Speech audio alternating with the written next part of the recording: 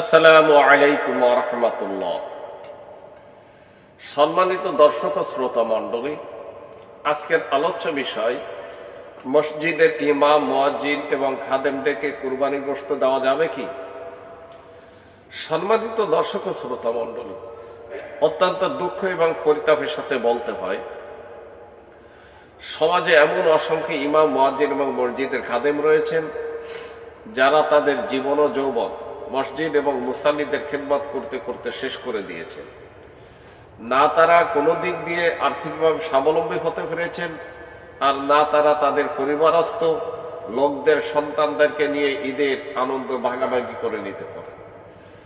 প্রতিটি মানুষের জীবনে যেমন দুটি ঈদ আসে, তেমনইভাবে তাদের জীবনে দুটি ঈদ আসে।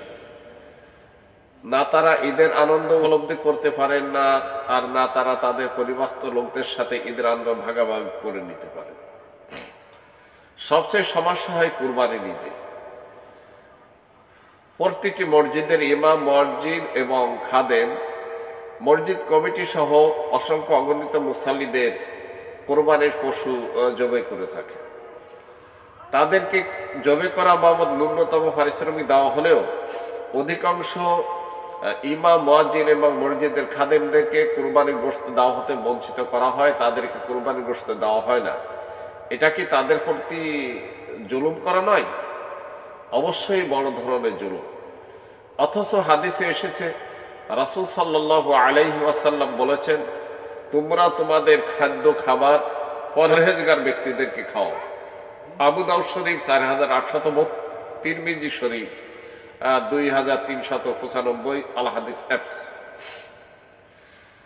তাই আমি দেশের সকল মসজিদ কমিটি সহ সকল মুসাল্লিদের দৃষ্টি আকর্ষণ করে বলতে চাই যে আপনারা ইমামদের প্রতি সদয় হন, তাদেরকে সম্মান করুন, তাদেরকে ইজ্জত করুন, তাদেরকে কুরবানি গোশত দেওয়া হতে বঞ্চিত করবেন না।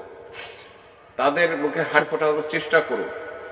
আপনাদের মধ্যে যারা কুরবানি করেন তারা যদি আধা কেজি করে গোশত যদি ইমাম, মুয়াজ্জিন, মসজিদে খাদেমদেরকে দেন, আমার মনে হয় তারা ন্যূনতম হলেও 30 থেকে 40 কেজি গোশত দিয়ে ঈদ পরবর্তী সময় বাড়িতে গিয়ে তারা তাদের পরিবারস্থ লোকদের ঈদের আনন্দ উপভোগ করতে পারবেন।